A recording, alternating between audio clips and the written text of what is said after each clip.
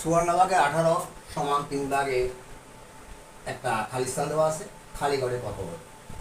নানাভাবে করতে পারি বন্ধুরা, ক ধরে করতে পারি, এক্স ধরে করতে পারি, আরো অনেক কৌশল। তা আমাদের একটু সহজ পদ্ধতিতে গেলে আমরা পেয়ে যাই।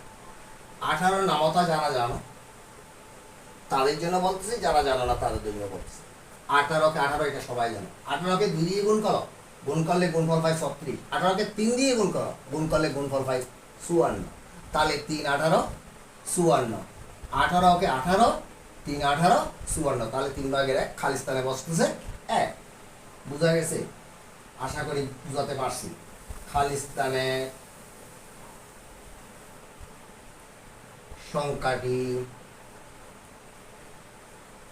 হবে 3 18 54, 18কে 18। বন্ধুরা তাহলে কি পেলাম?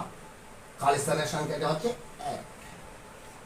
আরও এটা হচ্ছে 2 নম্বরের জন্য, সাইড নাম্বার যদি 2 থাকে 2 নম্বরের জন্য, 1 নম্বরের জন্য। কিন্তু যখন 2 4 5 দেওয়া হবে বা কম্পিটিশনে মার্কেট যাবে তখন অবশ্যই ক বা এক্স দিয়ে করতে হবে।